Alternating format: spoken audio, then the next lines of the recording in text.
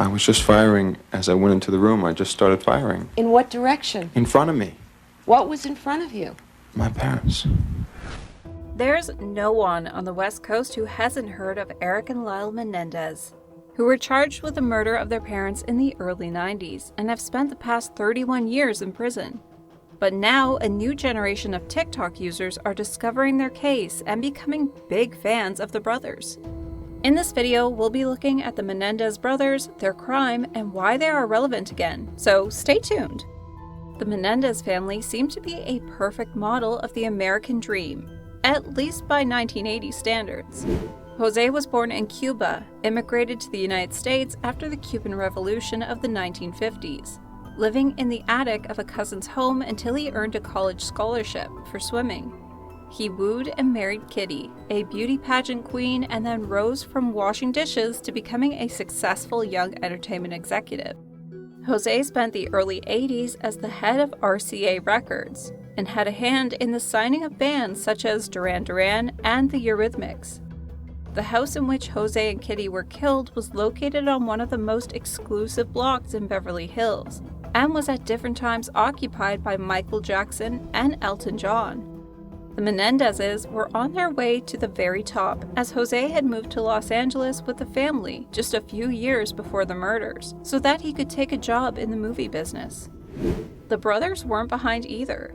They were the platonic idea of the Reagan-era United States.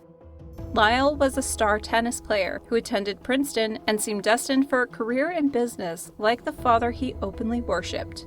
Erik, on the other hand, turned out to be even better at tennis, helped along by his father's obsessive intervention, and wound up as a nationally ranked player in his age bracket.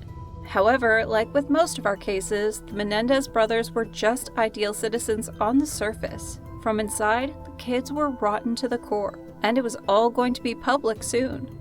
Once they moved to California, Erik began to run with some teenage delinquents, getting himself in trouble for a string of burglaries.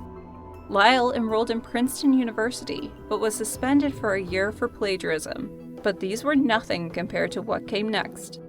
On the 18th of August 1989, Erik and Lyle, aged 18 and 21, bought shotguns from a store in San Diego. 2 days later, on the 20th of August, they shot their parents 15 times while they were watching TV. The brothers took turns shooting the couple, killing their father in his chair and chasing their mother until she slipped on her own blood and took a final blast to the face by Lyle. They were both shot in the kneecaps in an attempt to make the crimes look like that of a similar organized crime. The kids did what every crime mob member does after a hit: go and watch the Batman movie. They had ditched the guns and changed their clothes, and thought their soprano-like hit was complete. They returned home, where Lyle called the police and said someone had killed their parents. The brothers then did what every sad kid who recently lost their parents does. They dropped out of college and spent over half of $700,000 of insurance money on cars, watches, private tennis lessons, and parties, while the cops investigated the murders as a possible mob hit. Though they appeared to be having a good time following the death of their parents, the two were also in therapy with Dr. Jeremiah Oziel. The stress of what they had done caused Erik an ulcer, and he confessed to Dr. Oziel that he and Lyle had killed their parents. Dr. Oziel's mistress overheard the tape of his confession and told the police what they had done. Lyle was then arrested on the 8th of March 1990, and Erik turned himself in 3 days later on his return home from a tennis tournament in Israel. The crime was incredibly unusual. It was uncommon for siblings to murder their parents together, not to mention the boys had a lot of privileges and were extremely wealthy. What was even more scandalous was the Menendez brothers' defense. They claimed that they had been tortured by years of physical and sexual abuse at the hands of their parents, Jose and Kitty Menendez. Back in the early 90s, topics like sexual abuse and incest weren't as openly discussed as they are now. During the first trials, the brothers alleged that they committed the murders in fear that their father, who was described as a cruel perfectionist and pedophile, would kill them after they threatened to expose him for years of sexual and emotional abuse. Originally, Lyle and Erik were tried separately, with one jury for each brother. Both juries were deadlocked, resulting in a mistrial, and immediately announced a retrial. For the second trial, they were tried together by a single jury.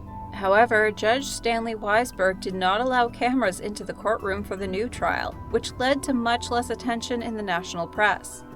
Weisberg also did not allow much defense testimony about the sexual abuse claims.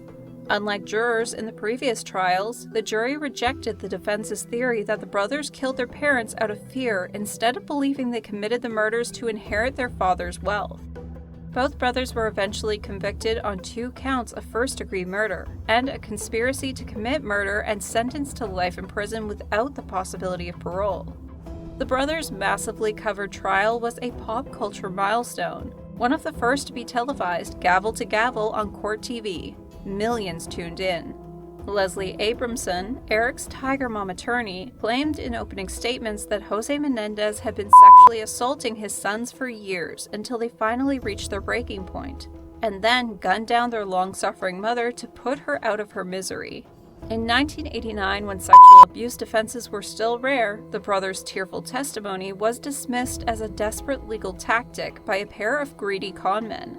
But in recent years, a spate of made-for-TV movies has revived interest in the case. And in a Me Too environment, accusations of sexual abuse no longer seem so far-fetched. And this is where TikTok comes in. While true crime videos are a popular genre on TikTok, one of the most talked about cases on the platform is that of the Menendez brothers. Despite this happening in 1989, people are still divided over the verdict.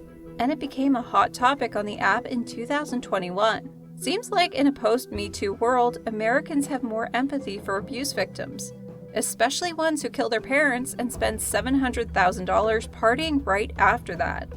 The Menendez brothers' TikTok fans call themselves Menendez Defenders and Guardians. They have a large and active presence on various social media platforms. The TikTok videos, however, have the most engagement. There are TikTok accounts with names like FreeMenendezBrothers.com and Menendez Supporter. All of these accounts have hundreds of thousands of followers. The videos being posted there often rack up millions of views and hundreds and thousands of likes, flooded with comments from people who feel that they should be freed, and it's ended up becoming a hugely prominent case on TikTok, despite happening decades ago. The Menendez supporters want the brothers' sentences to be commuted. The same Menendez brothers TikTok fans want their charges downgraded from homicide to manslaughter. While the sudden interest in the murder trial from the 90s is confusing to some, others saw it coming. It's a trend born out of a wave of 90s nostalgia that is taking Gen Z by storm. Now we more clearly understand sexual abuse to be a life-changing and horrifying ordeal that it is. And while we also know there are probably much more constructive ways of dealing with that pain than killing those responsible, the empathetic user base of TikTok laments for the brothers. The entire trial of the brothers is available to view online, and with users having poured through the footage, they've come to some startling conclusions of their own. Seems like everyone has passed the bar on TikTok. The support for the brothers seems bizarre considering the case has been sleeping for years now. Reports from the US suggest there is no new evidence to support any call for the brothers to be released from prison. According to journalist and longtime Menendez supporter Robert Rand, the brothers, who are now under quarantine in different sections of San Diego's R.J. Donovan Correctional Center, are aware of their newfound fans. Erik recently released a YouTube message responding to his young supporters' questions and good wishes. While the brothers have exhausted all of their appeals, the last one being in 2005, Rand claims to have uncovered a letter Lyle sent to a cousin prior to the murders, detailing his father's abuse.